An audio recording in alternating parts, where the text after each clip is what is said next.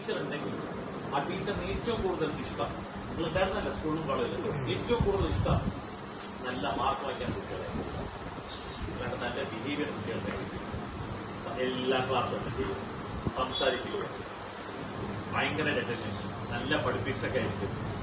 പക്ഷെ നമ്മൾ mark ഏരിയാണ്, mark വായിക്കുന്നത്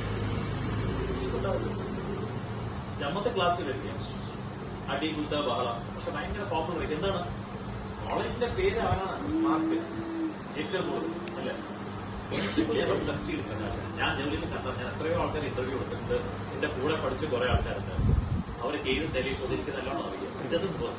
പക്ഷെ അത് നമ്മുടെ പേരൻസിന് അറിയും. അവരിപ്പോഴും ആ ടീച്ചേഴ്സിന്റെ സംഭവങ്ങളെ ചിന്തിക്കുന്നതാണ്. എപ്പോഴും ചോദിക്കാറുണ്ട് എത്ര മാർക്ക് കിട്ടി, എത്ര മാർക്ക് കിട്ടി.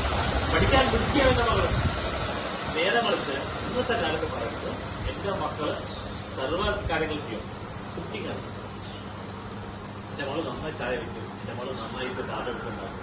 എടുത്തു പറയാം. അത് പറഞ്ഞു that is one of the best thing because she knows something to be done as skill. അത് ജമ്മത്ത് മാർക്കില്ല. ഒരു അമ്മ ഒരു കുട്ടിക്ക് ചായ ഉണ്ടാക്കാൻ പഠിപ്പിക്കുകയാണെങ്കിൽ ഒരു അമ്മ കുട്ടിക്ക് പലഹാരം ഉണ്ടാക്കാൻ പഠിക്കുന്നത് അവൾ ജമ്മത്ത് പഠിക്കുന്നത്. പക്ഷെ അവൾ ആ പുസ്തകം പഠിച്ചിട്ട് എക്സാം ചെയ്തത് 10 ദിവസം കൂടി മാത്രമേ. അവൾ ചോദിക്കും ഈ BA ഇംഗ്ലീഷ് മറ്റൊക്കെ ചെയ്തതല്ലേ കോളേജിൽ. ഇപ്പൊ ഞാൻ അതേ ചാപ്റ്റർ ഏതെങ്കിലും ബുക്ക് കൊണ്ടുവന്നിട്ട് ഇപ്പൊ I ask you some reference, you will not be able to answer for that matter anyone. And that is the only reason that ഞാൻ എപ്പോഴും പറയാറുണ്ട് I am a person who never believes in education. Education supports you. It gives you some importance as a human being. But what supports you for your career and to understand somewhat about behavior, you should be intelligent.